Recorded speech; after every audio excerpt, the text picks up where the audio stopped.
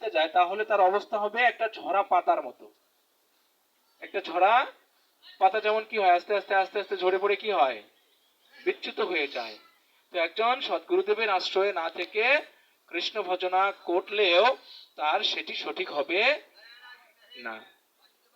তো তাই সদ্গুরু, একজন সত্যদ্রষ্টা সদ্গুরুর শরণ নিতে হয়, যিনি আমাদের জীবনের প্রকৃত উদ্দেশ্য সাধন করবার পথে পরিচালিত করেন। আমাদের জীবনের পরম উদ্দেশ্য কি?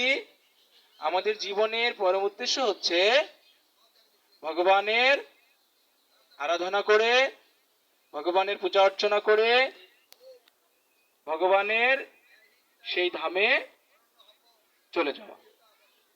এটি হচ্ছে আমাদের জীবনের মূল উদ্দেশ্য। কিন্তু আমরা কতজন জানি এই উদ্দেশ্যটা? আমরা এই উদ্দেশ্যটা সম্পর্কে আমরা কতজন অবগত?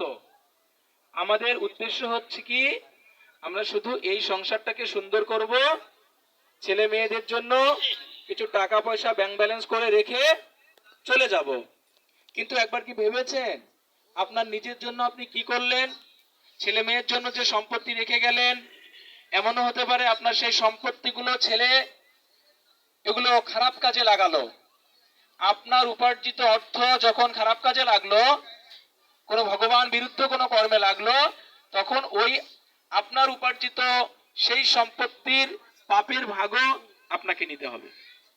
তাহলে এটি কিন্তু ভালো না। যে একদিকে ভালো আবার একদিকে খারাপ। যদি আপনার সন্তান কৃষ্ণ ভক্ত করে রেখে যেতে পারেন, তাহলে আপনার অর্থটুকু সে ভগবানের সেবায় লাগালে তার পুণ্যের ভাগটুকু তা আপনি পেয়ে যাবেন। কিন্তু যদি দুঃখজনক হয়, যদি আপনার সন্তানটা কৃষ্ণ ভক্ত না হয়, এই যে আপনি সবে সম্পত্তি রেখে গেলেন, লক্ষ লক্ষ টাকা ব্যাংক ব্যালেন্স করে রেখে গেলেন, যদি সে কোনো ক্রমে কৃষ্ণ ভক্ত না হয়ে সে যদি কুকর্মে সেই টাকা ব্যয় করে, তাহলে আপনি আরো নিম্নগামী হয়ে যাবেন, আরো মরবেন। সেজন্য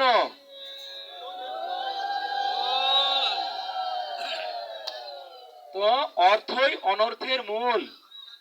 অর্থ যদি কৃষ্ণ সেবায় না লাগে তাহলে সেটা অনর্থ ঘটায়, অর্থাৎ আমাদেরকে আরো নিম্নগামী করবে। আর যদি ওই অর্থ ভগবানের সেবায় লাগে, সেজন্য প্রত্যেকটি পরিবারে প্রত্যেকটি পিতামাতার উচিত একজন করে অন্তত কৃষ্ণ ভক্ত তৈরি করা। কেন?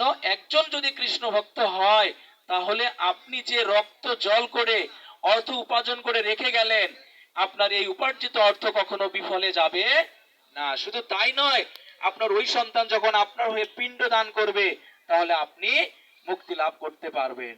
না হলে ইহকাল পরকাল দুকাল খোয়াইলি খাইলি আপন মাথা, এ কালো গেল ও কালো গেল, নিজেই নিজের মাথায় চাপড় মারা ছাড়া আর কিচ্ছু থাকলো না। তো এই যে দিক নির্দেশনাগুলো, এগুলো কে দেবেন? একজন সৎ গুরুদেব, একজন বৈষ্ণব গুরুদেব। এজন্য এই যে ভগবত কথা, এই যে গীতার কথা, এগুলো বুঝতে গেলে একজন গুরুদেবের আগে আশ্রয় লাগবে। আশ্রয় না হলে শুধু শোনাই হবে, পাঠ করা হবে, কিন্তু বুঝতে পারবেন না। পার্থক্যটা এখানে।